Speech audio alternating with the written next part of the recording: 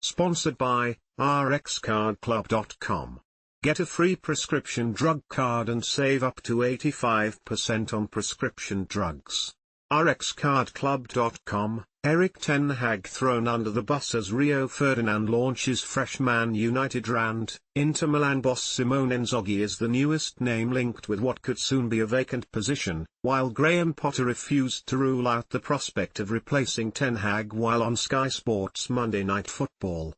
Scrutiny has reached new levels and Ferdinand has been the latest figure to question Ten Hag, insisting that only through individual moments of brilliance from Bruno Fernandes, Marcus Rashford or Alejandro Garnacho the team is lacking any personality.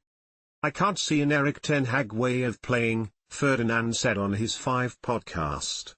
"Nothing is by design at Manchester United right now, with or without the ball. I look at Man United with the ball now and for a long time it is, if Bruno's going to create a moment, that's it, we're going to get goals or get chances.